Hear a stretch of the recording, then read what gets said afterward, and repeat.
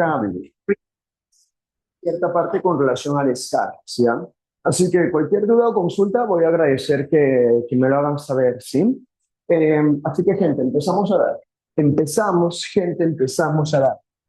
Pues bien, chicos, primeramente yo tengo que comprender, ¿de acuerdo? Tengo yo que comprender a qué cosa me refiero, uno, cuando estoy hablando de modernidad. Pues bien, gente, cuando no me estoy refiriendo a la modernidad, ¿de acuerdo? Etimológicamente, ¿sí? Modernidad deriva desde dónde? Deriva desde el latín modus, modus. Y bueno, gente, ¿qué es lo que significa este término en latín? ¿Qué es lo que significa este término modus? Pues bien, modus, gente, lo que significa es lo nuevo. Modus lo que significa es lo reciente, lo vigente, lo actual. Por ejemplo, gente, yo tengo un celular moderno, o sea, tengo un celular actual, un celular de última gama, por ejemplo. O no sé, estoy a la moda, es decir, llevo las últimas prendas. En general eso significa moderno, lo nuevo, lo actual. Ya, pero cuando estamos en cursos de letras, historia, sociales, pues bien, cuando nos referimos a la modernidad, nos estamos refiriendo a otra cosa. ¿A qué nos estamos refiriendo? A lo que nos estamos refiriendo, gente, es a un proyecto de mundo. Nosotros nos estamos refiriendo a un proyecto de mundo. ¿Que va a surgir dónde? Que va a surgir gente en Europa, que a través de los procesos de conquista y colonización es llevado a qué cosa, el resto de las colonias. Y cronológicamente hablando, ¿entre qué año y qué año se va a desarrollar? Se va a desarrollar entre 1453 hasta 1789. Un poco más o un poco menos, pero estas son las fechas que tomamos como referencia, ¿sí? 1453, cae de Roma oriental, Constantinopla, a partir de los turcos otomanos. Aunque el verdadero hecho no importante es la conquista de América, pero al diablo le dejamos hasta 1789. ¿Qué ocurre en 1789? Bueno, explota, ¿no?, la Revolución Liberal Francesa. Ahora, gente, continuando por acá, ¿cuáles van a ser entonces las características esenciales de la modernidad? Bueno, gente, las características esenciales de la modernidad, mis queridos estudiantes, se van a tratar de las siguientes, ¿sí? Voy a tener por acá A, también voy a tener B, voy a tener C, ¿ya? Primeramente, mi querido amigo, no podemos reducir la filosofía a solamente una consecuencia social, política o económica. En esa clase de reduccionismo, por ejemplo, se dice, ¿no?, que a veces cae marxista. Sin embargo, tampoco podemos entender que la filosofía es algo desligado de su espacio-tiempo histórico, ¿ya? Y bueno, gente, toda la historia es una historia de contradicciones. Y aquí la contradicción esencial va a ser entre una aristocracia y una monarquía que da manotazos de ahogado, ¿no?, para tratar de sobrevivir, y una burguesía ascendente que de a poco se empieza a ganar cada vez más poder y representatividad. Entonces, la filosofía moderna va a ser una filosofía desarrollada fundamentalmente por la clase burguesa, por la clase burguesa. El bajo pueblo, el pueblo llano, que no tiene conexión con la iglesia o con la nobleza, pero que de a poco se empieza a ascender. ¿Por qué? Porque tiene el poder del comercio. ¿Porque tiene qué cosa? Porque tiene el poder del dinero. Bien, otra característica también hay que tomar en consideración al antropocentrismo. El hecho de que el hombre es considerado el centro, la medida, el punto de partida de todo. Por ejemplo, cuando Manuel Kant dice que el hombre es un fin en sí mismo, que el hombre tiene valor por el simple hecho de ser hombre. O como por ejemplo Da Vinci cuando dibuja el famoso hombre de Vitruvio, diciendo que el hombre es el centro, ¿no?, la medida de todas las cosas. Bien, así que aquí tenemos al hombre como un ser libre, consciente y responsable de su propia historia y su propio destino. Ya no hablamos de un teocentrismo o providencialismo medieval, donde lo que ocurre en el mundo de la historia es consecuencia de Dios. No, ahora es consecuencia de la acción humana, individual y política. Y bueno, gente, también otra característica, tendríamos por aquí al individualismo. El individualismo como por ejemplo, ¿en qué casos? En el caso de Descartes, por ejemplo, cuando Descartes, Bonnier Cartelio, dice, cogito ergo sum. Pienso, por lo tanto existo. ¿Esto qué significa? Que el sujeto, que la razón individual es el principio, ¿no? Es la base de todo. O también, ¿no? Podríamos tener a Immanuel Kant y su famosísima expresión sapere aude, ¿no? Atrévete a pensar por ti mismo. Otro ejemplo, también podríamos tener por ahí a Lutero, quien no es filósofo, pero tiene influencias filosóficas que influyen en la filosofía. Bien, gente, en el caso de Lutero, ¿de acuerdo? El tipo propone el principio de libre examen de las escrituras. ¿Esto qué cosa significa? Esto significa que el sentido de la Biblia, el sentido de la verdad, depende de la libre lectura, depende de la libre interpretación que haga cada quien. Así que la verdad y el conocimiento ya no dependen de la autoridad, de la tradición, de la iglesia, no. Ahora dependen del sujeto racional y pensante, de su propia razón. Bien, ahora otra característica, bueno, gente, otra característica también importante va a ser la del progresismo. Progresismo u optimismo, ¿ya? ¿Qué significa esto? Esto significa que la realidad, la historia, ya no es vista como la antesala al apocalipsis. Ahora la historia es vista como qué cosa, como un proceso vertical y ascendente que nos lleva de lo menos hacia lo más. Está bien, donde puede haber una mejoría de las condiciones de vida. Ahora, ¿qué es lo que nos va a hacer progresar? Bueno, lo que nos va a hacer progresar es la razón y, por supuesto, las ciencias. Razón y ciencias modernas que tienen características inauditas, ¿no? Que tienen características distintas a comparación de lo que aparecía antes. Como por ejemplo, gente, ¿cómo es que va a ser la razón moderna? Bueno, gente, la razón moderna se va a tratar de una razón libre, se va a tratar de una razón autónoma, de una razón que rechace el criterio de autoridad, que rechaza el criterio de tradición y que, por supuesto, adquiere independencia respecto a la religión. No significa que esta gente fuese atea o antirreligiosa, no. Sencillamente lo que significa es que estos señores quieren pensar de manera secular, es decir, alejado o independiente de la religión. Tal como te estaba diciendo, esta filosofía es desarrollada por la clase burguesa. Ahora, en el caso de la ciencia moderna, ¿cómo va a ser la ciencia moderna? Pues la ciencia moderna, gente, va a ser una ciencia práctica, ya no solo teórica, ya no solo contemplativa, y que busca el dominio y la transformación de la naturaleza. De esta manera, la naturaleza se convierte en cosas, se convierte en recurso, en materia prima.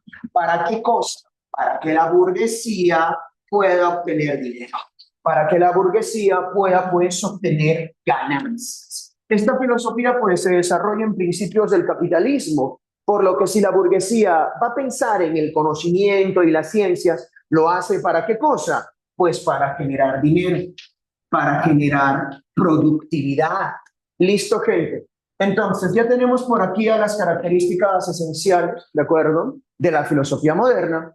Ahora, también de la modernidad.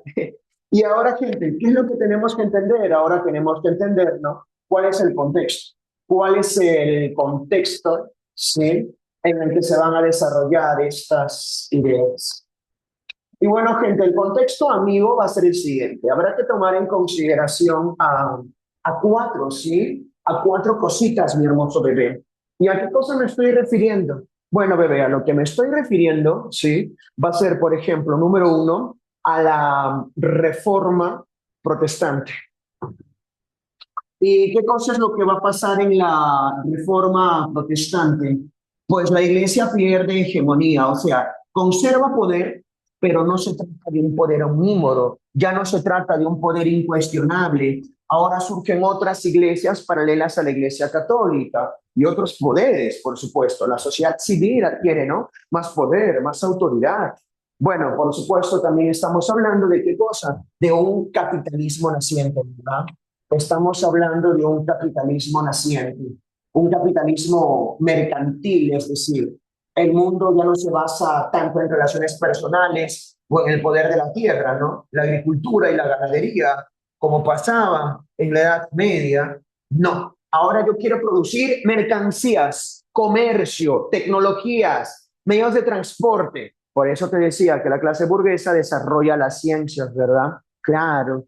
Bueno, gente, también vamos a tener por aquí, ¿a qué cosa? Vamos a tener a la expansión europea. Tú no puedes entender la modernidad si no es como consecuencia de la expansión europea. Europa necesita mano de obra barata, recursos, territorios. ¿De dónde lo va a sacar? De las colonias. No puedes entender la modernidad alejada de la conquista y la expansión europea, Ken. El norte del mundo progresa, el norte del mundo se desarrolla, Europa y luego los Estados Unidos se desarrollan sobre la base de desangrar, prostituir y esclavizar al sur del mundo. Nos referimos, cómo no, a África y a Latinoamérica. Entonces, el desarrollo de unos, el desarrollo del norte del mundo, depende del desarrollo, del subdesarrollo, mejor dicho, del sur del mundo. ¿Ya? Ahí tendrías, por ejemplo, la conquista y descubrimiento de América, y bueno, a tantas otras cosas más, ¿verdad? Claro, todo el oro que tiene el Papa, los reyes, ¿sabes de dónde sale? Salieron flotando de la sangre indígena. Ahora, continuando por acá. Eh, por supuesto, también vamos a tener por aquí a la invención de la imprenta, ¿verdad? Y aquí estaríamos hablando nosotros de Johannes Gutenberg, pues, ¿no? Alemán, en 1900, no, en 1413. Muy bien. ¿Y por qué esta cuestión es tan importante? Bueno, gente, esto de aquí es demasiado importante porque antes la difusión del saber estaba centralizada en la iglesia, estaba centralizada no en el latín, ¿de acuerdo? Y eso tenía consecuencias positivas y consecuencias negativas, ¿no? Por ejemplo, consecuencia positiva, que en la Edad Media la gente ala, ellos sí leían de verdad. Bueno, gente, ¿cuál será la consecuencia negativa? Que la difusión y la producción del saber es lenta, es cara. ¿Por qué? Porque le tenías que pagar un monje copista, ¿no? Antes los libros se escribían a mano. Había unos monjes que 8 horas al día, 8 horas rezaban y 8 horas al día se dedicaban a copiar a mano la Biblia, Platón y Aristóteles. Y eso era caro, eso era lento. Centralizaba el saber en la iglesia, no en la gente que tenía el conocimiento de latín. Y por supuesto, la difusión del saber no era libre. ¿Por qué? Porque dependía del criterio de la iglesia. Pero ¿qué es lo que ocurre cuando surge la imprenta? Pues la difusión del saber se hace muy barata, muy rápida, se democratiza y por supuesto se hace libre, porque ya no depende de la iglesia. Así que ese efecto que tiene el Internet y las redes sociales hoy, en esta época, ese efecto es el que genera la imprenta. Muy bien, así que ya tenemos por aquí que es la modernidad y a partir de eso ya podemos entender, gente, ¿sí? Dos, ¿qué es la filosofía moderna? ¿Qué es la filosofía moderna? ¿Qué es la filosofía moderna? Es la filosofía de la modernidad. Es la filosofía que se desarrolla en este contexto. Y es la filosofía que tiene estas características. Listo, excelente. Ahora, toda época de la filosofía siempre tiene un tema. Toda época de la filosofía siempre tiene una preocupación, siempre tiene pues un tema esencial. Y bueno, mis estimados estudiantes, el fundamental tema, mis estimados estudiantes, va a ser el siguiente, ¿ya? Los libros dicen que el principal problema es el problema del conocimiento.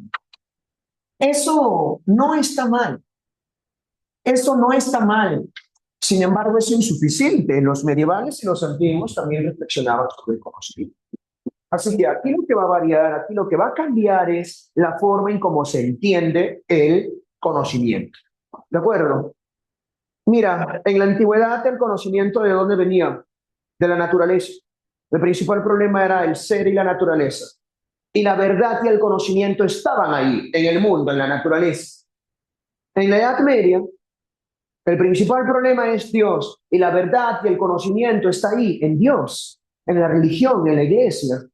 Bueno, en la edad moderna, el principal problema es el problema del sujeto, es el problema de la subjetividad. Y va a ser a partir de este sujeto pensante y racional de donde surge el conocimiento. Así que la verdad y el conocimiento ya no dependen de Dios o de la iglesia, ahora dependen del sujeto, de la subjetividad pensante y racional, mis estimados estudiantes. Por esa razón decimos que el principal problema de la filosofía moderna es el tema del sujeto y del conocimiento. Muy bien, ahora mis estimados estudiantes, por supuesto que toda época de la filosofía va a tener, ¿qué cosa? Toda época de la filosofía pues va a tener un debate, ¿no? A partir de este tema, gente, lo que vamos a tener va a ser un debate. Y el debate se va a dar, ¿no?, entre las diferentes posiciones. Voy a tener pues por acá A y luego por acá voy a tener B, ¿ya? Vamos a tener por aquí uno al racionalismo enfrentado contra ¿qué? Enfrentado contra el empirismo.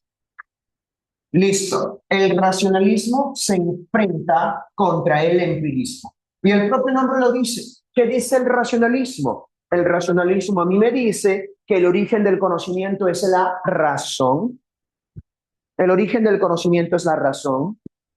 Y como todo conocimiento empieza en la razón y no en la experiencia o los sentidos, entonces debe de haber ideas innatas, certezas metafísicas que Dios ha puesto en mi cabeza. Nada ni nadie me las ha enseñado. Yo he venido al mundo con ideas innatas, con certezas metafísicas, como que Dios existe y tantas esas cosas. ¿Ya? Ahora, en el caso del empirismo, se dice que el conocimiento empieza en los sentidos, que el conocimiento empieza en la experiencia, y que más allá de los sentidos y de la experiencia no es posible conocer nada más. Así que el origen, pero también el límite del conocimiento es la experiencia y los sentidos. Así que el hombre viene al mundo como una tabula rasa, como una hoja en blanco. Así que si el racionalismo desarrolla metafísica, pues el empirismo va a ser no en extremo crítico con la metafísica. Y bien, ¿quiénes van a ser los exponentes? En el caso del racionalismo, te hablaría por acá de René Descartes. Y en el caso del empirismo, te hablaría por acá de John Locke. En el caso del racionalismo, pues bien, el conocimiento empieza en la razón. En el caso del empirismo, empieza en los sentidos. En el caso del racionalismo, el sujeto tiene ideas innatas. Y esas ideas innatas, ¿qué son? Son certezas metafísicas que Dios ha puesto en mi cabeza, en mi mente, en mi cabeza. ¿Ya? Mientras que aquí en el empirismo, el sujeto es una tabula rasa, hoja o pizarra en blanco, por lo que existe, ¿qué cosa? Existe más bien una crítica a la metafísica. ¿Ya? ¿De acuerdo? Excelente. Muy bien, así que razón, ideas innatas y certezas metafísicas. Sentidos, tabula rasa y crítica a la metafísica. Muy bien, mis estimados estudiantes. Y como resultado de este debate entre el racionalismo y el empirismo, vamos a tener por aquí a una síntesis. Vamos a tener por acá, mis estimados estudiantes, a una síntesis. Y la síntesis, mis estimados estudiantes, va a ser por acá, letra C, el criticismo. El criticismo o idealismo trascendental, que va a ser propuesto por quién? Por Immanuel Kant. ¿De acuerdo? Y bueno, ¿qué cosa diría Immanuel Kant? Immanuel Kant diría, ¿sabes qué? El conocimiento empieza en la sensibilidad, en los sentidos, y luego esto que conocemos en la sensibilidad y los sentidos es organizado por el entendimiento. Esto es organizado por la razón. Listo, mis estimados estudiantes. Por eso decimos que el criticismo es una síntesis entre el racionalismo y el empirismo. Ahora, respecto al sujeto, ¿qué va a proponer Kant sobre el sujeto? Va a proponer algo llamado giro copernicano. ¿Y qué significa esto del giro copernicano? Significa que el sujeto es constructor del conocimiento. No podemos conocer el mundo tal y como es. No podemos tener, certezas metafísicas. Solo podemos conocer el mundo tal como nuestros sentidos y como nuestra razón lo organizan, como le dan forma. Así que ya saben, esto es algo, ¿de acuerdo?, que también puede recibir el nombre de constructivismo nociológico. Ya está, gente.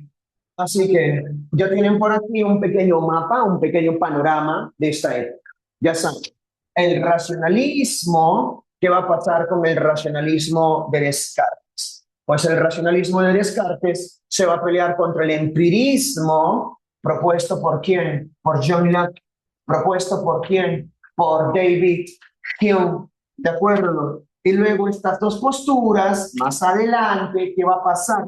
Pues estas posturas van a ser sintetizadas, ¿por qué? Por el criticismo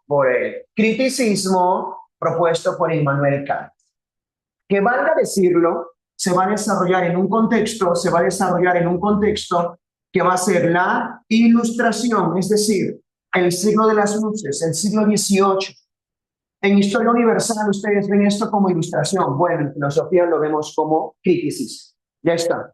Así que mis estimados estudiantes, ahí tienen un pequeño resumen de todo lo que se va a ver. Y ahorita en clase vamos a ver racionalismo y empirismo. Y la próxima clase vemos ilustración y, cómo no, criticismo. Ya está. Así que, gente, necesito consultarles hasta este momento. ¿Está todo lo suficientemente claro? Brutal, excelente. Así que, gente, vamos por aquí, gente, al tercer punto, ¿ya? Vamos a ver entonces por acá, mis hermosos estudiantes, ¿sí? ¿A qué cosa me refiero cuando me refiero a, ¿cómo se llama esto? Al racionalismo, ¿sí? Así que vamos a poner por acá. Número tres, racionalismo, ¿ya? Número 3, racionalismo.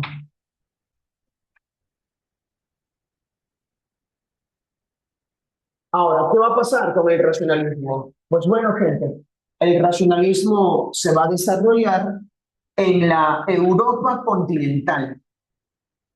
Francia, Alemania, Holanda. ¿Cuándo se va a desarrollar? Pues, mis estimados estudiantes, durante el siglo XVII fundamentalmente, ¿ya? Se va a desarrollar, gente, durante el siglo XVII. Muy bien.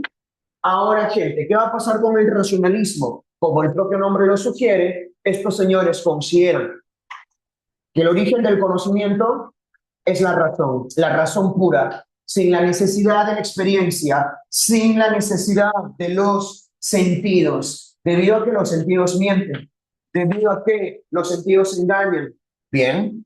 Y el método que van a utilizar estos señores va a ser el método deductivo. ¿Qué significa?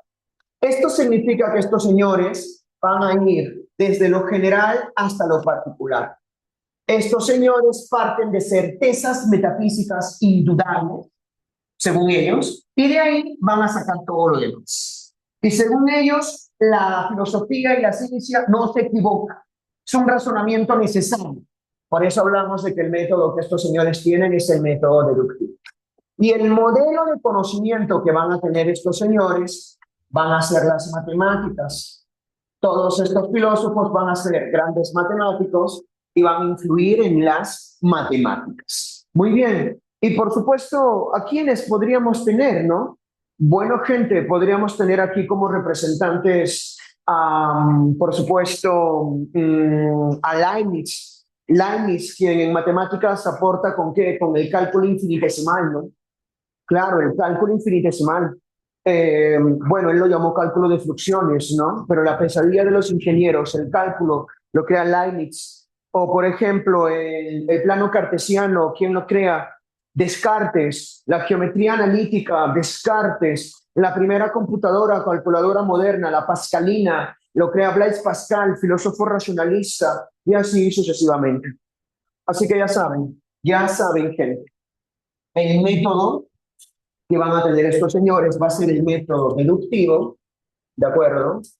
Por lo que esta va a ser una filosofía que va a tener una tendencia metafísica,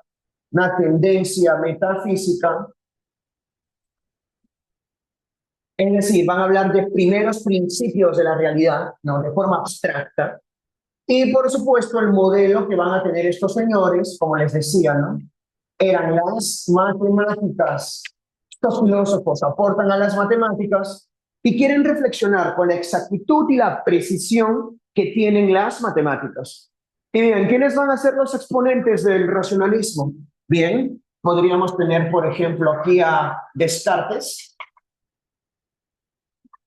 Podríamos tener, por supuesto, a Spinoza. Y, por supuesto, podríamos tener por aquí a Leibniz. Descartes, francés. Spinoza, origen español, pero holandés. Y Leibniz, alemán. Descartes, el padre de la filosofía moderna. Toda esta nueva forma de comprender el mundo y la realidad, donde el sujeto es el productor de los conocimientos y todo eso, ya, eso surge en Descartes. ¿De acuerdo? Ahora, gente, en el caso de Spinoza, una vez le preguntaron a Einstein, ¿tú crees en Dios? Y Einstein respondió, creo en el Dios de Spinoza. Spinoza pues proponía algo llamado panteísmo. Es decir, que no hay distinción entre Dios y la naturaleza, ¿no? Dios y la naturaleza son lo mismo. Mientras que Leibniz propone algo llamado optimismo metafísico. Según Leibniz, este es el mejor de los mundos posibles. En la mente de Dios hay muchos mundos posibles, pero este es el mejor de los mundos posibles. Como te decía, ¿no? Hay un progresismo u optimismo. Ya está. Entonces, gente, ya tenemos por aquí a los caracteres generales ya del racionalismo y ahora vamos a ver a profundidad a quién, a René Descartes, ¿ya? Vamos a ver ahora por aquí a profundidad a quién, a René Descartes. René Descartes. René Descartes.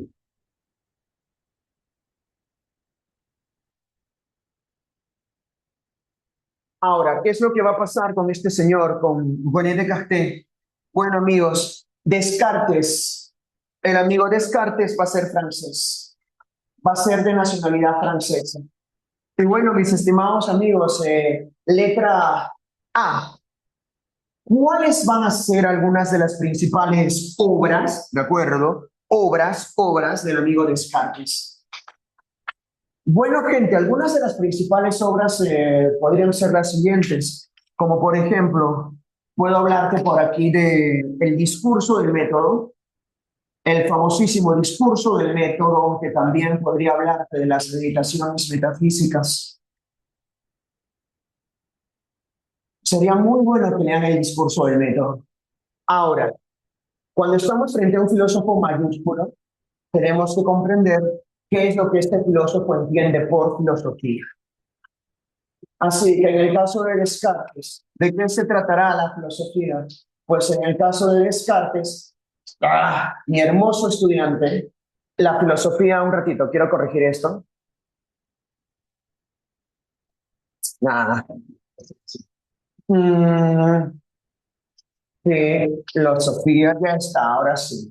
En el caso de Descartes, la filosofía se va a tratar, mis queridos amigos, de un saber que fundamenta la ciencia, de un saber que fundamenta, ¿de acuerdo?, a las ciencias. ¿Qué significa fundamentar? Fundamentar significa establecer bases. Fundamentar significa establecer principios. En idiomas antiguos, la palabra fundamento, ¿no? Viene de funda. Funda, ¿qué significa? Bolsa, saco. Fundamento en los libros antiguos de anatomía y medicina significaba útero.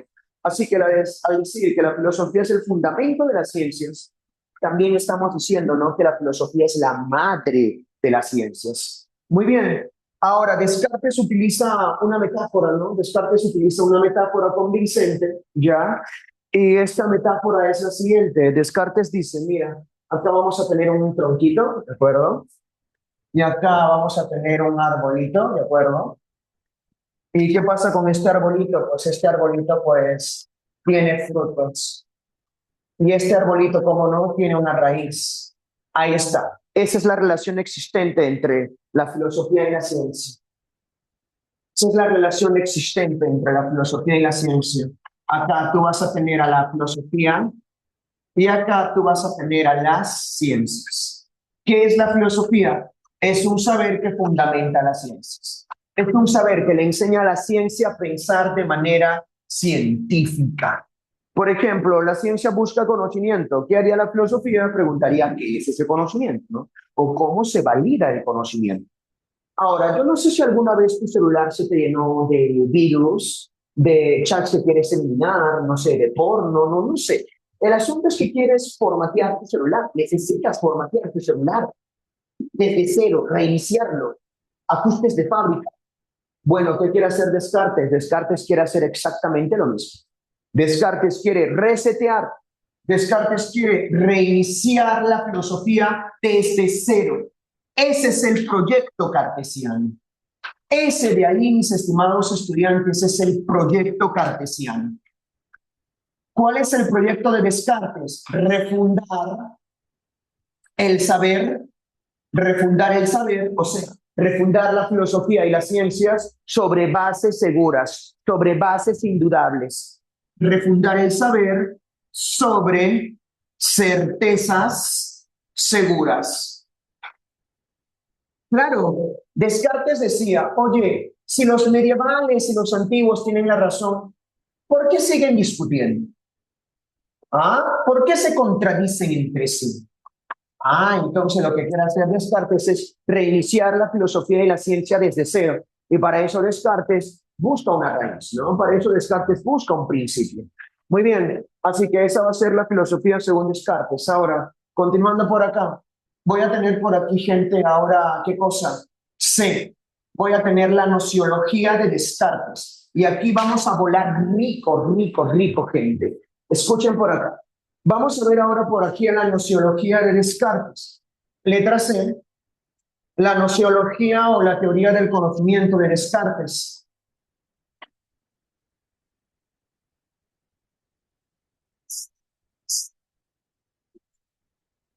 Muy bien. En el caso de Descartes, Descartes es racionalista. Así que Descartes va a considerar, mis estimados amigos, que el origen del conocimiento obviamente se trata de la razón. El origen del conocimiento se trata de la razón. Ahora, respecto a la posibilidad del conocimiento,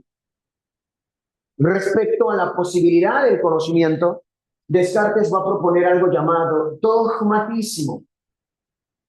¿Y qué significa esto de dogmatismo? Significa que la razón por sí sola es capaz de llegar a verdades definitivas, es capaz de llegar a verdades incuestionables, a certezas. Y esas verdades y certezas incuestionables van a ser la que le va a servir a Descartes para fundar el saber, para fundar la modernidad sobre certezas seguras. Así que Descartes, para encontrar esas certezas y esas seguridades, ¿qué es lo que va a hacer Descartes? Descartes, gente, va a hacer la duda metódica. Descartes va a hacer uso de algo llamado duda metódica. Listo. ¿Y qué es lo que va a pasar por aquí en la duda metódica? Bueno, gente, mis estimados amigos, la duda metódica, mis estimados estudiantes, no es una duda escéptica. No es una duda escéptica. O sea, no es una duda que diga, ¿sabes qué cosa, hermano? No hay verdades, no hay conocimientos, al diablo, no hay verdad, nada. No. Tú cuando dudas de alguien, dudas para encontrar certezas y seguridades, dudas porque quieres encontrar la verdad. Igualmente, Descartes se va a poner a dudar para encontrar aquello de lo que no se pueda dudar. Así que la duda metódica no es escéptica. Es una duda, mis estimados estudiantes, que duda de todo. Es una duda que duda de todo. ¿Y para qué duda? Duda porque busca certezas. ¿Por qué? Porque busca seguridades. Ya, mis estimados estudiantes, sí. ¿Qué es el todo del que va a dudar Descartes? Bien, mis estimados estudiantes, vamos a verlo por acá. Descartes se va a poner a descartar. Descartes se va a poner a hacer un casting. Recuerda, Descartes está buscando esto, la raíz, ¿no? La base. Y bueno, mis estimados amigos, Descartes, ¿qué cosa va a hacer?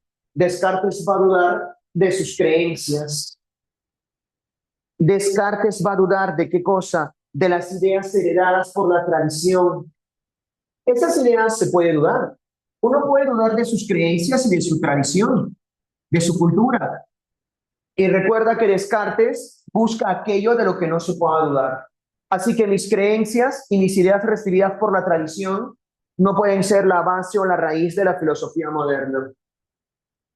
Descartes también se pone a dudar de sus sentidos. Los sentidos nos mienten, los sentidos nos engañan, gente. Tú cuando ves el cielo, pareciera que todo gira alrededor de la Tierra, pero en realidad la Tierra no es el centro de nada. Cuando tienes un vaso con agua, pones una cañita y la cañita parece partida, pero en realidad no está partida. Los sentidos mienten, los sentidos engañan. Conviene no confiar en quien te haya mentido al menos una vez.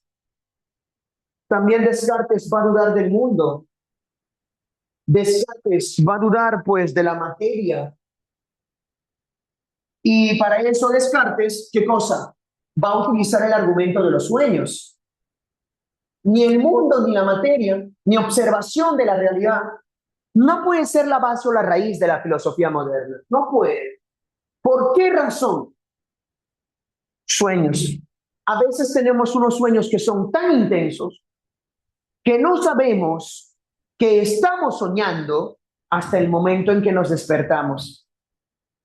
De la misma manera, ¿qué tal si todo esto es un sueño del cual todavía no nos hemos despertado? ¿Qué tal si todo esto es un sueño tan intenso y tan real que no sabemos que estamos en un sueño y creemos que esto es realidad? ¿Cómo sabemos que todo esto es real?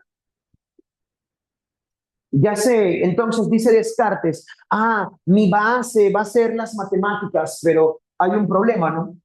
¿Qué tal si las matemáticas son solamente la creación de un genio maligno, de un dios maligno que goza de mentirme y engañarme toda mi existencia? Y me hace creer, ¿no?, que el mundo es real, que las matemáticas son reales, cuando lo cierto es que no las son, no podrían serlo. ¡Wow! Claro, porque las matemáticas miden el mundo, pero no me dicen lo que es el mundo, claro. O sea, Descartes ha llevado su duda hasta el extremo. Descartes a su madre ha dudado de todo. Ha dudado de las creencias, ha dudado de la tradición, ha dudado de los sentidos, ha dudado del mundo, de la materia, ha dudado hasta de las matemáticas y de Dios. Pero hay algo de lo que Descartes no puede dudar. ¿Sabes qué, hermano? Yo no puedo dudar que estoy dudando, hermano. Si dudo, eso significa que pienso. Y si pienso, eso significa que existo. Cogito ergo sum. Pienso, luego existo. El pensamiento racional, mi pensamiento, es la base o el principio de todo. Luego recién viene todo lo demás. El mundo moderno, la raíz del mundo moderno, ya no será la materia, la religión, Dios, no, sino el sujeto racional y pensante. Por esa razón Descartes es el padre de la filosofía moderna. Ya saben, mis estimados estudiantes. Cogito. El origen o el principio de todo es el cogito. Profe, ¿qué vaina es esa del cogito? El sujeto racional y pensante. Descartes estaba buscando un principio, listo, ya encontró un principio, ya encontró un punto de partida. Por eso Descartes es el padre de la filosofía moderna. Esto es casi digo una lisura, perdón. Esto es brutal. Ahora, gente, Descartes buscaba certezas, perdón, y la primera certeza a la que llegaba Descartes era exactamente esa, ¿no? Pienso, luego existo. Esa es la primera certeza en la que llegó Descartes. Ya, pero tenemos un pequeño problema. Oye, ¿tú sabes lo que es el autismo? Ya, hay autismo tipo 1, tipo 2 y tipo 3. ¿Ya? Yo soy autismo tipo 1. No, mentira. Y bueno, gente, pasa por ahí lo siguiente, ¿ya? Descartes es autismo tipo 1000. Autismo tipo 1000, mano. ¿Ya? Porque si Descartes sabe que piensa y por lo tanto existe, ¿cómo está seguro de todo lo demás? Si ha dudado de todo y luego llegó a la certeza que solo piensa y por lo tanto existe, ¿cómo está seguro que tiene 2 brazos y 2 piernas? ¿Qué tal si en vez de ser un ser humano es un tralaleo, tralala y hasta ahora no lo sabe? Claro, entonces, gente, ¿cómo Descartes sale de su autismo? ¿Cómo Descartes sale de su propia interioridad? Bueno, Descartes tiene que cavilar en sus ideas, Descartes tiene que analizar sus ideas y tiene que encontrar una idea que le permita salir hacia el exterior, ¿no? Y bueno, gente, ¿cuál será esa idea? Descartes dice, mano, me acabo de encontrar con una idea brutal. Yo en mi cabeza tengo la idea perfecta de un ser perfecto, Dios. Y el ser humano es imperfecto. Si fuese perfecto, entonces, ¿por qué estoy dudando? El ser humano es imperfecto. Y como ser humano imperfecto que soy, yo no podría haber creado esa idea perfecta de ese ser perfecto que yo tengo en mi cabeza. La única solución posible es que exista un ser perfecto independientemente de mi cabeza, que exista y que ponga la idea de sí mismo en mi cabeza. Ese ser es Dios. Dios existe. La propia idea de Dios confirma que Dios existe. Así que se invierte el esquema. No es que de Dios venga el sujeto, no. Es a partir del sujeto que comprobamos que Dios existe. Ah, y como Dios es perfecto y bueno, no podría mentirme, no podría engañarme. Así que el mundo a mi alrededor no es solamente un sueño o una fantasía, es una realidad, no una simulación. Así que, primera certeza, pienso, luego existo. A partir de esto, llegamos hacia una segunda certeza. ¿Y cuál es la segunda certeza? Dios existe. Y como es bueno y perfecto, no podría mentirme y engañarme. Por lo que, tercera certeza, el mundo existe. El mundo es real. No es solo una simulación o una fantasía. Así que ya saben, Descartes es un filósofo moderno, pero todavía Descartes necesita de la teta de Dios, ¿no? Dios en el pensamiento de Descartes es el garante de toda verdad. Dios en el pensamiento de Descartes es el garante de toda verdad. Así que ya saben, Descartes es moderno, pero Descartes todavía necesita de Dios. Listo.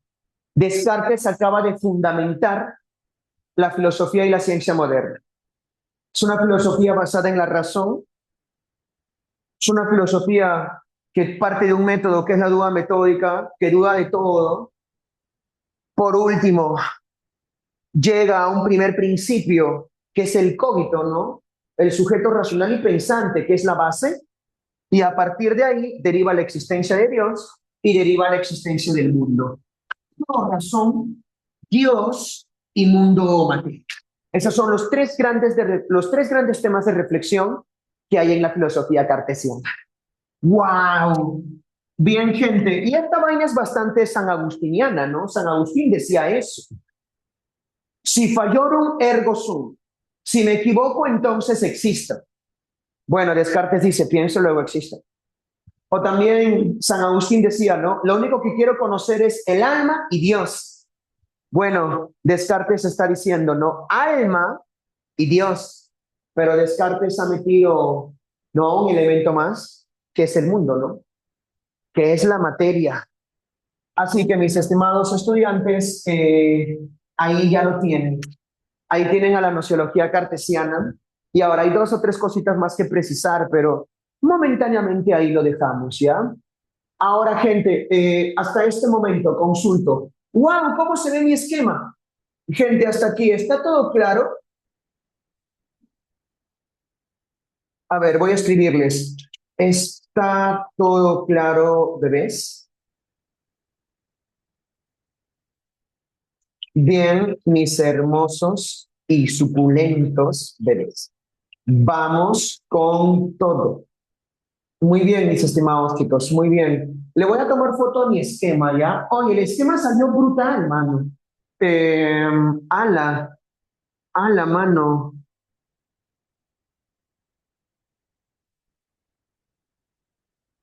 Ya.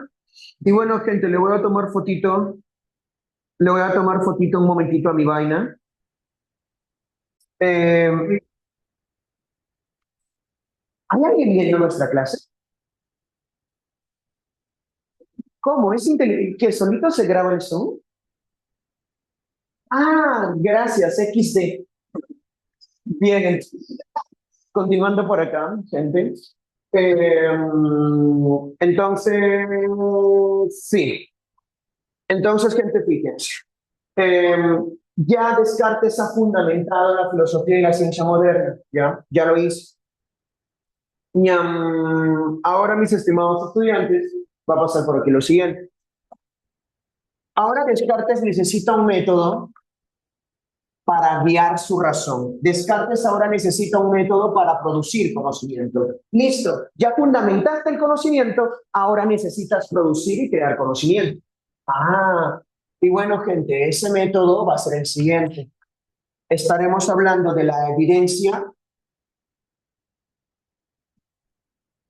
el análisis, la síntesis y la enumeración. ¿Qué es la evidencia? Solo aceptaré como real y verdadero aquello que no admita duda o cuestionamiento.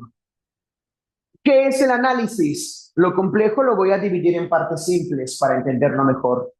¿Qué es la síntesis? Voy a hacer resúmenes, voy a hacer conclusiones, voy a pasar a lo complejo. Y la enumeración, voy a repasar o revisar cada cierto tiempo mis ideas. Quién sabe, quizás se me haya pasado algo. Listo. Entonces, esos van a ser los 4 pasos del método Cartes.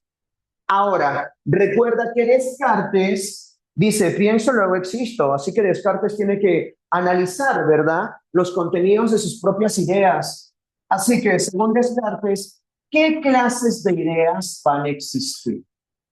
Bueno, mis estimados estudiantes, según Descartes, algunas de las principales clases de ideas que van a existir, de acuerdo, se van a tratar de las siguientes, ¿ya? Voy a tener por acá A, luego B y C. Descartes respectivamente clasifican ideas innatas, en ideas adventicias y en ideas ficticias. ¿Qué van a hacer estas ideas? Pues bien, las ideas adventicias, gente, van a ser, ¿qué cosa? Van a ser las ideas producto de los sentidos. Las ideas producto ¿de qué? Las ideas producto de la experiencia. Sentidos, experiencia, colores, olores, sabores, mi percepción de las cosas. Bien, y las ideas ficticias o facticias van a ser las ideas productos de la imaginación, como por ejemplo el arte, la literatura, los cómics. Esto es similar a lo que luego John Locke diferenciaría, ¿no?, como ideas simples e ideas complejas. Las ideas ficticias son el resultado de la suma o combinación de las ideas adventicias. ¿Qué diría Descartes? Desconfía. Desconfía de las ideas ficticias y las ideas adventicias. Esas ideas mienten, esas ideas engañan. Las ideas reales y verdaderas son las ideas innatas, como el conocimiento empieza en la pura razón y no en los sentidos de tu experiencia. Entonces debe de haber ciertos contenidos o ideas anteriores a todo sentido y experiencia. Estas ideas son las ideas innatas. Estas ideas nacen con nosotros. Y esas ideas, ¿quién las pone en nuestra cabeza? Estas ideas, Dios las pone. Recuerden que en el caso de Descartes, Dios, ¿qué es Dios? Dios es el garante de toda verdad. Así que, mis estimados estudiantes, estas ideas son las ideas reales y verdaderas, son las ideas que posibilitan el conocimiento. ¿Y cuáles van a ser estas ideas? Según Descartes, se van a tratar de las ideas del yo, del alma, se van a tratar, bueno, del yo, de Dios, de la idea de la moral, la idea de las matemáticas, entre muchas otras ideas. Según Descartes, tú ya has venido al mundo con estas ideas. Lo único que tienes que hacer es recordarlo, lo único que tienes que hacer es despertarlo. Profesor, ¿esa vaina no es Platón? Sí, eso es Platón. ¿No te acuerdas que Platón decía que el conocimiento es una reminiscencia? Que el conocimiento es recordar lo que tu alma ya sabía en el mundo de las ideas. Ahí está, por ejemplo, San Agustín decía, ¿no?, que el conocimiento es una iluminación, que el conocimiento es algo que Dios entrega, que Dios permite. Bueno, ¿qué está diciendo por acá esto Descartes? Exactamente la misma idea. Es una versión del innatísimo, solo que con sabor moderno. Una idea similar más adelante retomaría Chomsky, el gran lingüista. Muy bien, gente, entonces ya tenemos las clases de ideas según Descartes y ya tenemos el método para guiar la razón, el método para guiar la razón, para guiar el entendimiento y producir ciencia, ¿no?, que propone Descartes. Recuerden, hay un método que es para fundamentar la filosofía y la ciencia moderna, la duda metódica. Ya que has fundamentado la ciencia y el conocimiento, ahora produce conocimiento, produce ciencia. Y estos son los pasos que propone Descartes. Bien, ya tenemos toda la nociología cartesiana y ahora, para poder concluir, gente, vamos a hablar por acá de letra D. ¿Vamos a hablar de qué? Vamos a hablar por acá de la ontología cartesiana. Letra D. Vamos a hablar por acá de la ontología, o mejor dicho, metafísica cartesiana. Ontología o metafísica cartesiana. Y bien, mis estimados estudiantes, para Descartes, ¿qué será el ser? Para Descartes, ¿qué será lo real? Pues para Descartes, el ser, lo real, se tratará de ¿qué cosa? De tres sustancias.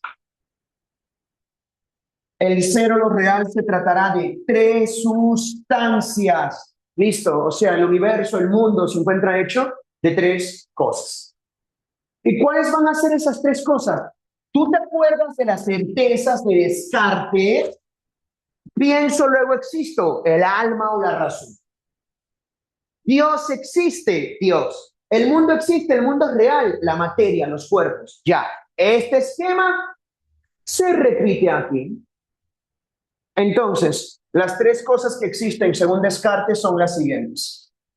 Estaremos hablando de 1, 2 y 3. Estaremos hablando por acá de res infinita. Estaremos hablando por acá de res cogitans. Y por supuesto estaremos hablando de res extensa. Listo, gente. Y cuando yo me refiero a esto, ¿no?, a res infinita, a res cogitans, a res extensa, ¿qué significa res? Res no significa, no significa eso. Hay una canción de Doja Cat, ¿no?, llamada Moon. En fin, res significa cosa, asunto o sustancia, ¿sí? Así que, según Descartes, lo que existe, ¿qué cosa es? Es la cosa o sustancia infinita. Es la cosa pensante, res cogitans. Y es la res extensa, la cosa extensa. Bien, Descartes, ¿a qué se está refiriendo? Bien hermoso, Descartes se está refiriendo a lo siguiente. Descartes se está refiriendo al alma, Descartes, perdón, se está refiriendo a Dios, se está refiriendo al alma, y Descartes se está refiriendo a la materia. Dios, pues, es un ser infinito, bondadoso, perfecto, y crea todo lo demás. ¿Ya? Ahora, en el caso de Descartes, el alma es identificada con la razón. El alma es identificada con la mente. ¿Ya? Ahora, esto tiene una consecuencia. Si el ser humano es el único que tiene razón y mente, pues el ser humano será el único que tiene alma. El animalito no tiene alma, la naturaleza no tiene alma. Descartes tiene una concepción mecanicista de la realidad. El mundo, el universo es como una gran máquina. Los animales son como máquinas. Por eso Descartes, orgullosamente, en sus obras, decía que había participado en vivisecciones. Es decir, Descartes abría a los animalitos en vivo mientras estaban palpitantes para ver qué tenían dentro. ¿De acuerdo? ¡Auch! ¿Por qué crees que la modernidad es basura con los animales y con la naturaleza? Bueno, en parte por Descartes. ¿Ah? Y bueno, al hablar aquí de la materia, estamos hablando de los cuerpos. Así que Descartes, ¿qué cosa es lo que va a tener? Bueno, mis estimados estudiantes, Descartes va a tener una visión mecanicista de la realidad. Como te estaba diciendo, Descartes propone el mecanicismo. La naturaleza es algo así como una gran máquina. La materia tiene leyes fijas, mecánicas e invariables que el hombre puede conocer a través de las matemáticas. Espere, profesor, ¿qué está haciendo Descartes acá? Bueno, Descartes lo que está haciendo es fundamentar la física moderna. Fundamentación de la física moderna. La filosofía es un saber que fundamenta las ciencias, ¿no? Bueno, ¿cuál es el tronco del árbol de las ciencias? Es la física.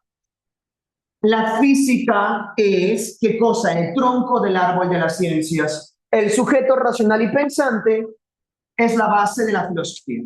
La filosofía fundamenta la física y la física fundamenta el resto de las otras ciencias. También podríamos pensarlo así. Ah, muy bien. Así que ya saben, esa es la forma en cómo Descartes piensa la realidad.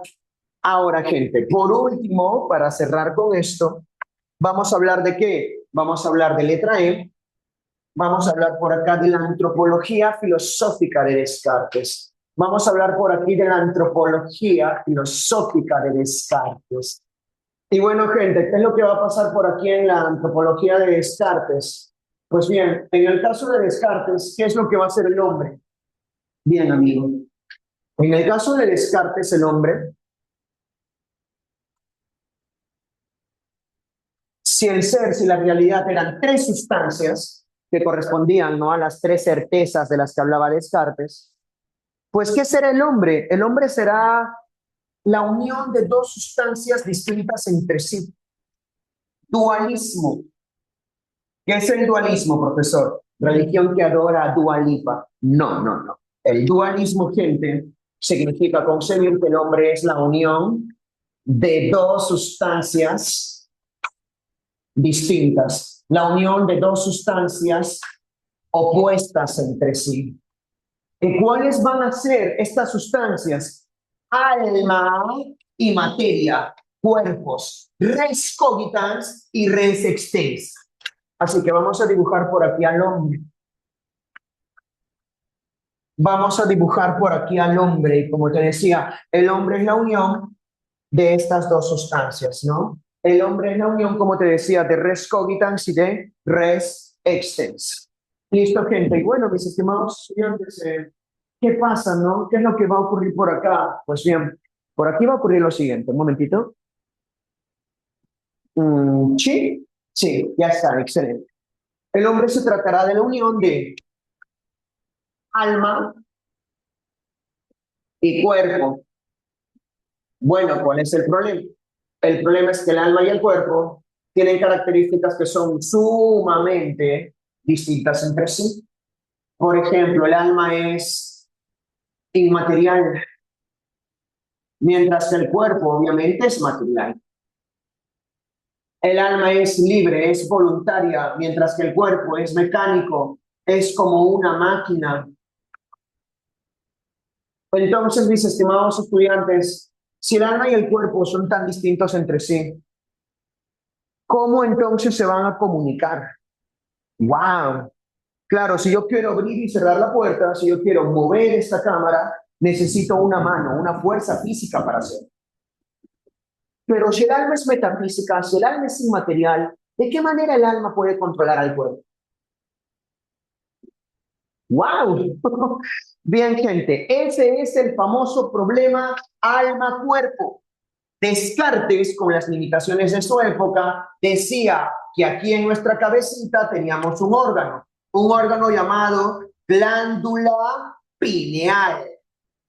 Y de alguna manera que Descartes jamás pudo especificar en el alma y el cuerpo, supuestamente ahí se comunican y se contactan el alma y el cuerpo.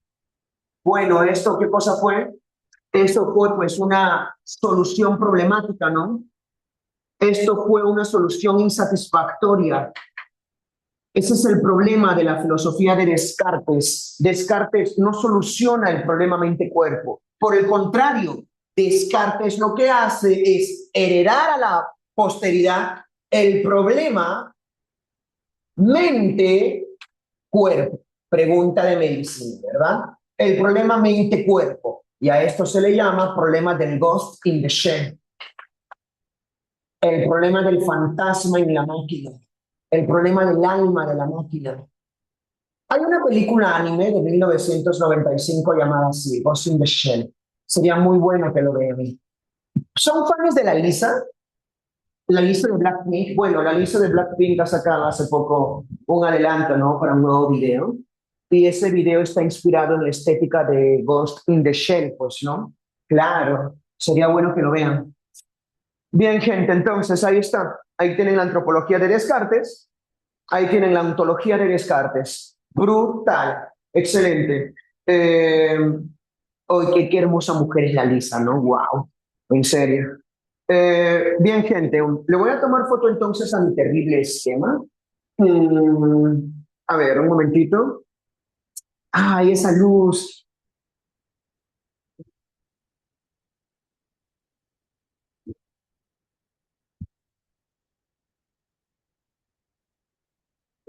Ya, gente. Ahora, ya está, gente, ya está. En fin. Ahora, gente, vamos a pasar a la tradición empirista, ¿ya? La cual es mucho más sencilla. Pero para eso, gente, tengo que borrar. ¿Puedo borrar aquí, Cito? Ya, muy bien. Yo me encargo.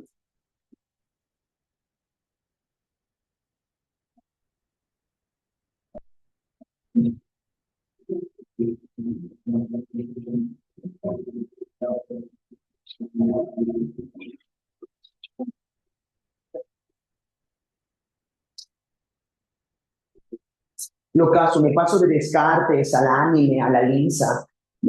Soy así, en fin. ¿Qué le puedo hacer? Ahora, gente, sí, eso me hace único. En fin, muy especial.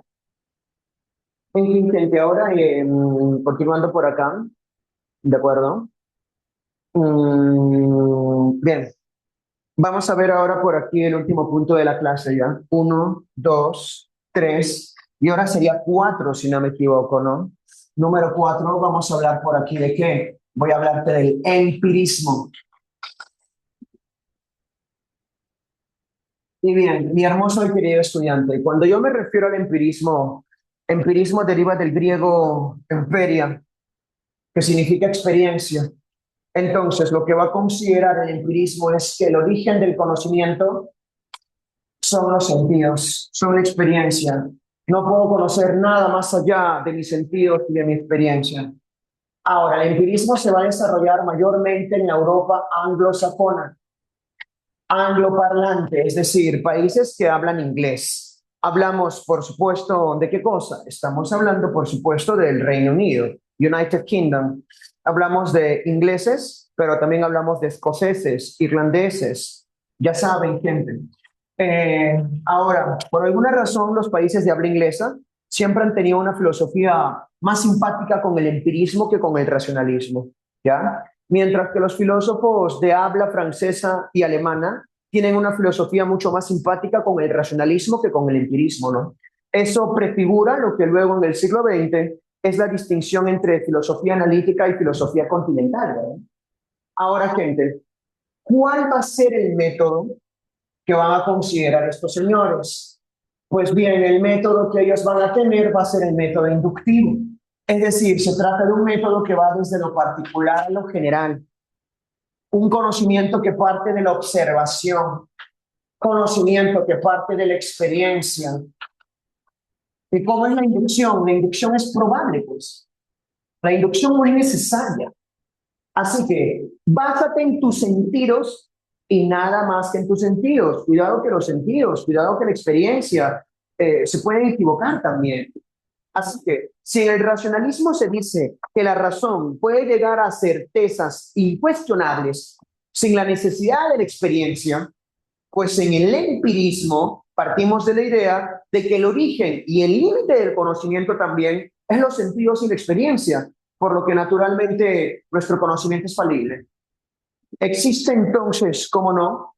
Existe una tendencia antimetafísica, ¿no? Existe una tendencia crítica con la metafísica.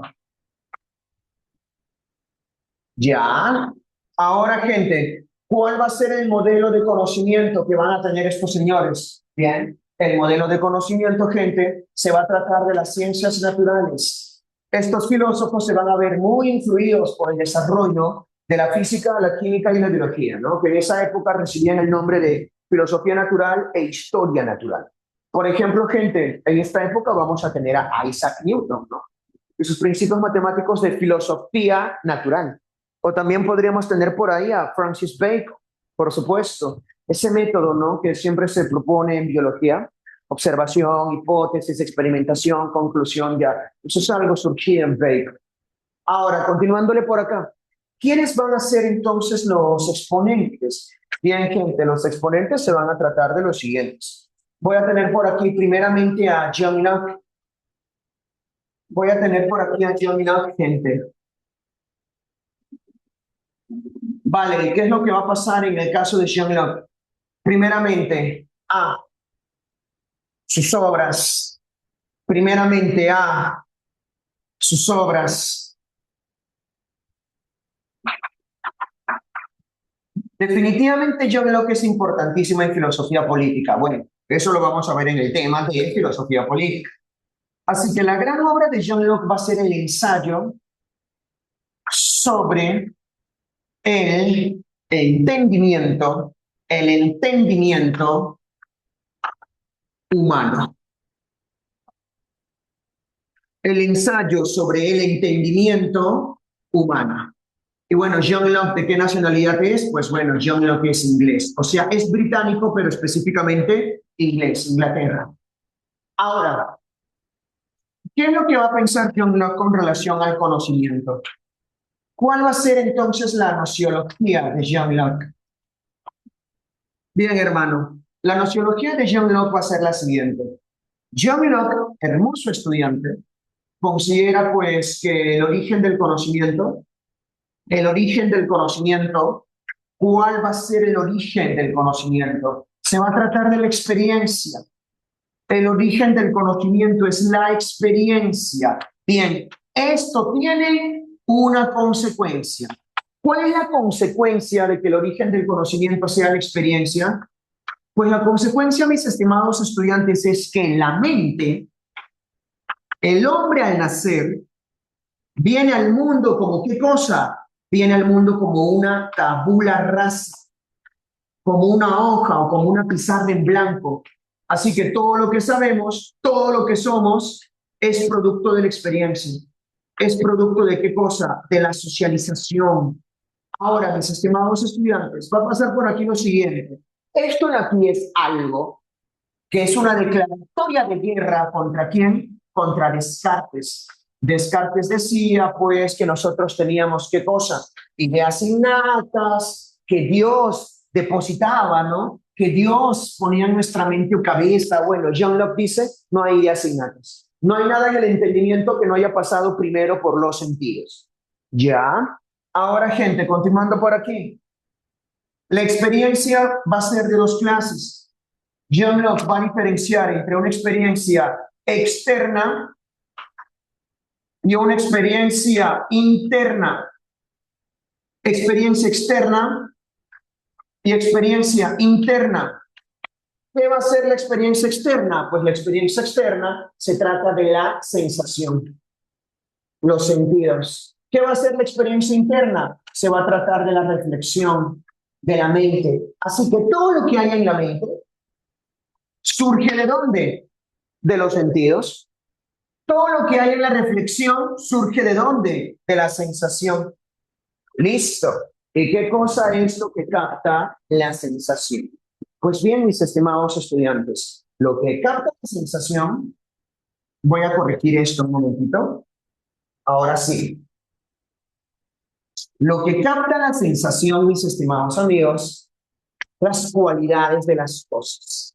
Capta las cualidades de las cosas. ¿Y qué tipos de cualidades va a haber según John Locke? Va a haber dos clases, A y B.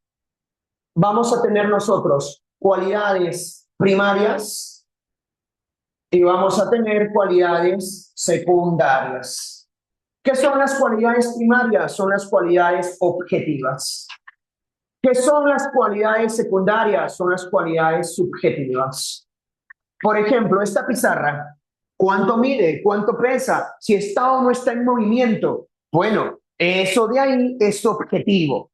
Sin embargo, si ves o no ves bien la pizarra, si te gusta o no la pizarra, cómo huele esa pizarra, cómo se siente esa pizarra, eso es subjetivo. Eso depende del sujeto.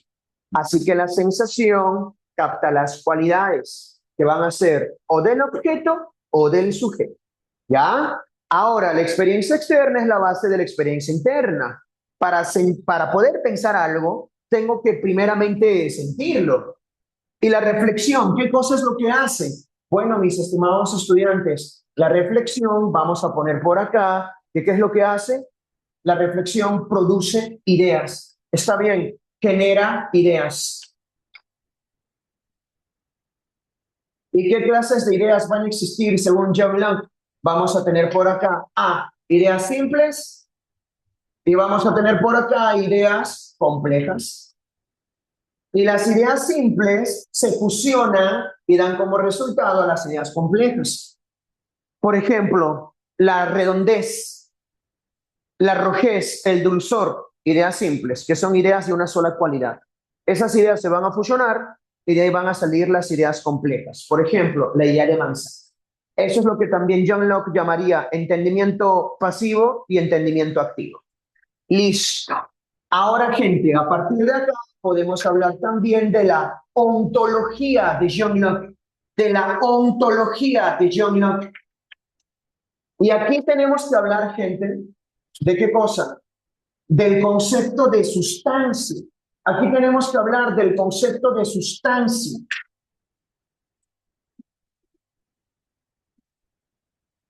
¿Y qué es la sustancia en el caso de John Locke?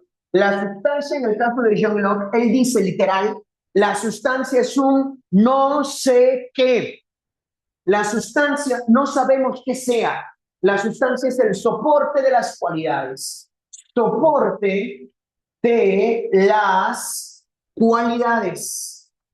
Es el soporte de las cualidades. Listo, ¿y a qué cosa me refiero con esto? En realidad, ¿qué será esta pizarra? Imposible saberlo, imposible conocerlo. Yo solo puedo conocer las cualidades de la pizarra, pero en realidad, ¿qué será la pizarra? Imposible saberlo.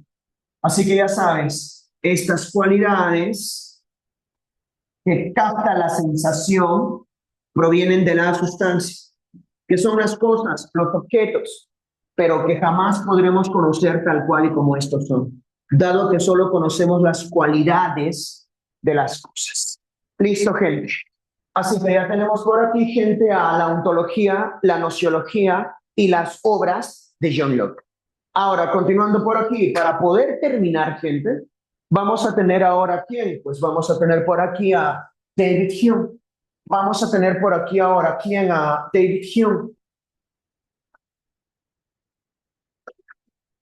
Listo, ¿y qué cosa es lo que va a pasar por aquí, no? En el caso de David Hume. Hume es británico, por supuesto, sin embargo, específicamente hablando, Hume va a ser, ¿cómo se llama esto? Escocés, ¿está bien? Específicamente hablando, Hume va a ser escocés, ¿ya? Es británico, pero escocés, como el whisky. Y bueno, mis queridos amigos, en el caso de John Locke, su gran obra era el ensayo sobre el entendimiento humano. Bueno, en el caso de David Hume, ¿cuál va a ser su obra? Pues bueno, por aquí, mis estimados estudiantes,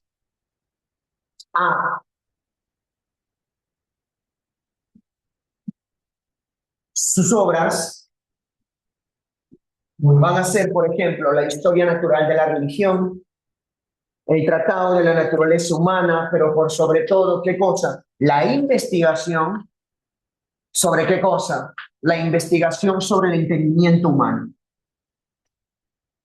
Así que ya sabes, hermoso, si aquí es ensayo sobre el entendimiento humano, aquí será investigación sobre el entendimiento humano.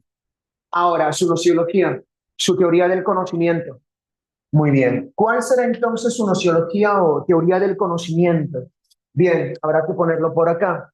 Letra B. Nociología o teoría del conocimiento.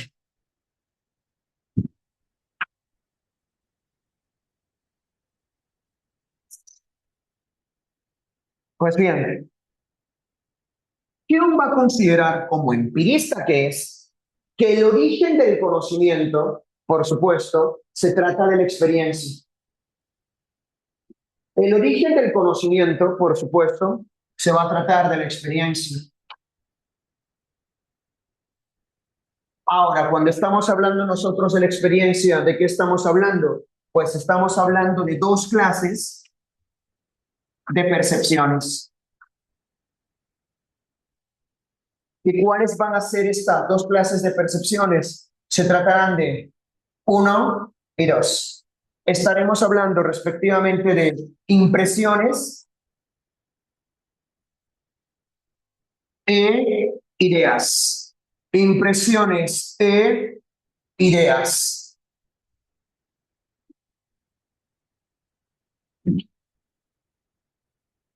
Si en el caso de John Locke, la experiencia externa era la base de la experiencia interna, si la sensación era la base de la reflexión, si las cualidades eran la base de las ideas, tal como les estaba diciendo, pues bueno, gente, ¿qué cosa es lo que va a pasar por aquí en el caso de Hume? Las impresiones, es decir, los sentidos, son la base de las ideas.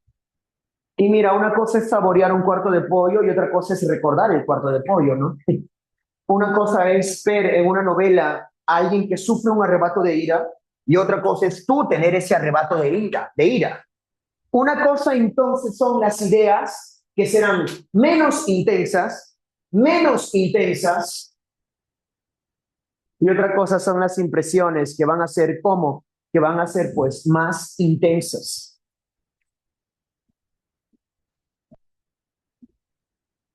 Y a partir de eso, Hume va a proponer qué cosa, un criterio de verdad, ¿no? Hume va a proponer un criterio de verdad. ¿Cuál será el criterio de verdad en el caso de Hume?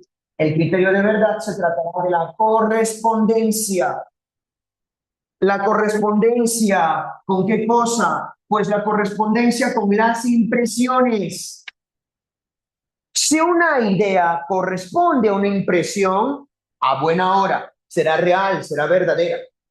Yo la idea que tengo de ustedes, no sé si es del todo real o verdadera, pero no puedo negar que exista. Ah, sin embargo, ¿qué cosa es lo que ocurre con algunas otras ideas? Ocurre, gente, que existen ideas sin impresiones. Existen ideas sin impresiones. Hay ideas sin impresiones.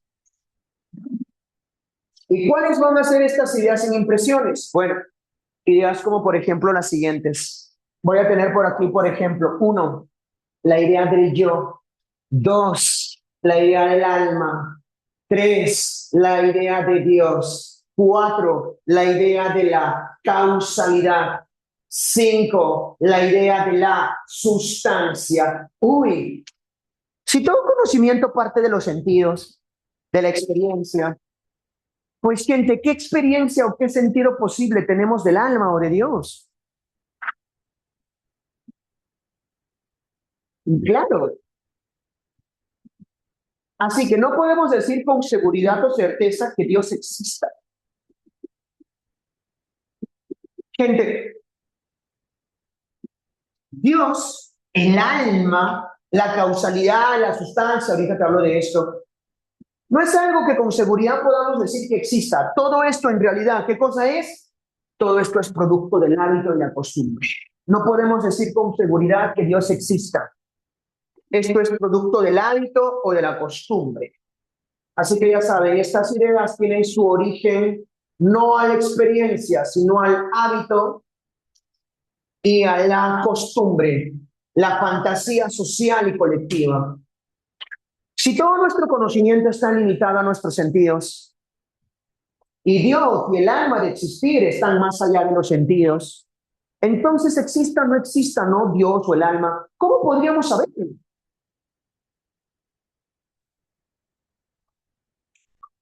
Claro, eso es lo que diferencia el ateísmo del agnosticismo. Si el ateísmo dice Dios no existe, el agnosticismo dice no es posible saberlo. Ahora, para terminar, te voy a contar la parábola del pollo. Escucha, es para explicar a David Hume. Este ejemplo daba Bertrand Russell. Escúchame. Un día un pollo estaba muy triste en la calle, tenía frío y hambre. Se había caído de un camión repartidor de pollos. Y aparece un padre de familia con sus hijos. Y el padre y los hijos adoptan al pollo. El pollo al principio tiene frío y miedo, pero luego el pollo empieza a adquirir calor, cariño, le empieza a crecer nuevamente el plumaje y sube de peso bastante. Así que cada vez que sale el sol, el pollito se pone feliz, porque el pollito se acostumbra, se habitúa a que cada vez que está en el sol, aparecerá la familia, el dueño con comida, agua y abrazar al pollito. Y así pasan 5, 6, 7 meses. Hasta que un día, cuando sale el sol, no aparece la familia entera, aparece solo el papá. Y no aparece con comida, aparece con un cuchillo. ¿Para qué? Para matar al pollo, porque ese era el día en que se lo iban a comer al pollo.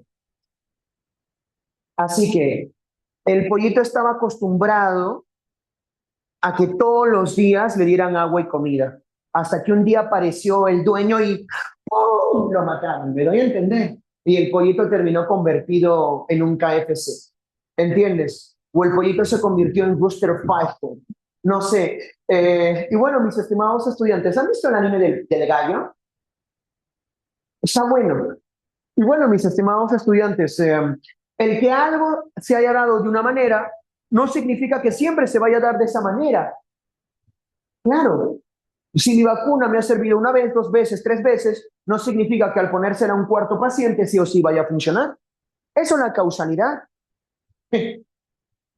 La causalidad no es una relación necesaria. Es también producto del hábito o la costumbre. ¿No, gente? Así que, así como Hume cuestiona la religión, Hume también cuestiona la ciencia. La ciencia es un conocimiento útil, pero no es necesario. ¿Por qué no es necesaria? ¿Por qué? Porque es probable. Recuerda, el método de estos señores es el método inductivo. Claro. Así que, mis estimados estudiantes, la consecuencia de esto, ¿está bien? La consecuencia de esto, ¿cuál va a ser? Pues la consecuencia de esto, gente, será que Hume cae en un escepticismo agnóstico, en un escepticismo agnóstico. ¿Qué significa agnóstico? Agnóstico viene de a más gnosis. ¿Qué significa a? A significa negación. Gnosis significa conocimiento. Agnosis, sí, conocimiento. Claro. Así que, ¿qué va a pasar con Hume? Hume, respecto a la religión, no afirma ni niega, es agnóstico, no es algo que podamos saber. Hume, respecto a la ciencia, pues es inductivista. La ciencia se convierte en un conocimiento probable. en un conocimiento inductivo, mas no en un conocimiento necesario. Y la metafísica, bueno, la metafísica sí es completamente rechazada. Hablar del alma, de Dios, ese concepto, ¿no? La sustancia. Eso no tiene sentido. Eso no tiene sentido hablar del yo, del alma, mi interioridad, de la sustancia, nada. Si encuentras un libro de Descartes, si encuentras un libro de medievales, de San Agustín, de Santo Tomás, tíralo al fuego. Sirve más como leña que como libro de filosofía. Así decía aquí. Ya está. Así que mis estimados chicos, ahí está. Ya lo tenemos todo, gente. Sí, ahí está todo, gente. Sí. Ahora, mis estimados chicos, ¿listo? Ya tenemos por acá a Hyun y a Jean-Luc. Ahora vamos a ver por aquí alguno que otro ejercicio. ¿Sí, bebés? Saquen entonces su materialito. Saquen su terrible materialito. Y ahí arriba les voy a poner sus terribles claves, ¿ya? Aquí les voy a poner sus terribles claves.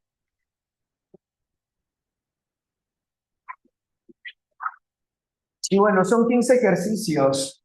1, 2, 3, 4, 5, 6, 7, 8, 9, 10, 11 y 12. Y 13, 14 y 15. Ya está. Ahora, ¿cuáles van a ser las claves? Bien, habrá que verlo, bebés, ¿ya? A ver, voy a sacar mi boletín un momentito. Gente, miren, ayer en Caraballo me regalaron otro tralalero. Sí, gente. Y bueno, mm, aquí está la separata. Miren, aquí está Berserk, Berserk, un póster. Está Schopenhauer. Y bien, amigos, el link de Berserk, ay, en el anterior canal lo había subido, ¿no? Gente, suscríbanse al canal. @filosofía pre, mano. Así estoy ahí, en TikTok. Y también en el Instagram, gente. Apoyen, pues. Gente, yo quiero que haya bibliotecas en Aula 20. ¿Ya? Gente, por favor, en redes sociales, ahí donde dice, ¿quién dio la mejor participación en el debate, no? ¿Quién dio las mejores propuestas? Escriban Torrico. Y a los comentarios que digan Torrico, denles like, pues. Porfis, apoyen, gente, apoyen. Apoyen, gente. ¿Ya? Apoyen, please, please, please, please, please. Apoyen. Ya saben, es esta publicación, ¿ya? Ahí dice, debate presidencial de Aula 20. Ahí, gente, anoten, anoten y apoyen, pues, gente, ¿ya? Y ahí dicen, ahí está el link para el canal de WhatsApp. Ahora, en la número 1, hermoso bebé, me dice, un ingeniero de software diseña una simulación de realidad virtual tan perfecta que los usuarios no pueden distinguir esto, ¿cómo se llama esto? Los estímulos digitales de los físicos. Ya, pues, ¿qué cosa es lo que diría un cartesiano? Un cartesiano lo que diría es, desconfía de los sentidos. No puedes confiar en los sentidos. Claro. Así que en la número 1 por aquí la respuesta será beso. Muy bien hecho. Número 1, respuesta por aquí es beso. Muy bien. Ahora, gente, continuándole por acá. 1, ¡mua! Besito. Ahora por acá, número 2. Si un arquitecto diseña un edificio confiando únicamente en las leyes de la geometría, que no cambiarán mañana, ¿no? A pesar de no haber visto el futuro, un filósofo como Hume diría que esa confianza, pues bien, ¿qué pasa con esa confianza? Bien, recuerda que Hume reduce las leyes científicas también a un producto del hábito y la costumbre. La propia ciencia es también reducida, ¿no? Un producto del hábito y la costumbre. Así que la número 2 va a ser casa. Por supuesto, 2 por aquí va a ser casa. Muy bien, bebé. Ahora, una persona sufre la amputación de una pierna debido a un accidente, pero meses después experimenta el síndrome del miembro fantasma. Sigue sintiendo picazón y dolor en el miembro que ya no tiene. Ahí está, es decir, el cuerpo puede engañar al alma. Ah, entonces, desde la distinción cartesiana entre res cogitans y res extensa, este fenómeno, ¿qué es lo que demuestra? Y bueno, la respuesta es casa, ¿no? Claro, claro. El alma está tan íntimamente ligada al cuerpo que el cuerpo, que el alma, que la mente, es decir, puede sufrir percepciones erróneas. Ah, así que tres, casa. Ahora, gente, por aquí, número 4. Un tribunal debe decidir si un robot con inteligencia artificial posee derechos humanos. El abogado defensor argumenta que el robot puede razonar y resolver problemas. Bueno, desde la perspectiva de Descartes, no se puede otorgar estos derechos, debido a que el robot ya el robot puede computar, puede calcular, pero el robot no tiene alma. Así que sería una res cogitans, no, una res extensa, ¿no? Materia compleja, pero no sería humano porque no tiene alma. Así que la respuesta sería casa. La máquina es solo una res extensa compleja, ¿de acuerdo? Es solo una res extensa compleja, una máquina sin alma ni conciencia, similar a un animal máquina. Así que la número 4, casa. Ahora, número 5, relaciona los tipos de ideas, esto, según Descartes. A ver, provenientes de la experiencia externa, de los sentidos, bueno, eso serían ideas adventicias. Facticias, construidas por la mente usando la imaginación. E ideas innatas, nacidas con el sujeto y puestas ahí por Dios, ¿no? Tal como les decía. Así que en la número 5 avioncito. La 5 avioncito. Ya. Ahora, gente, les voy a pasar los restantes. ¿Sí, bebés? Les voy a pasar por aquí lo restante, bebés. Muy bien.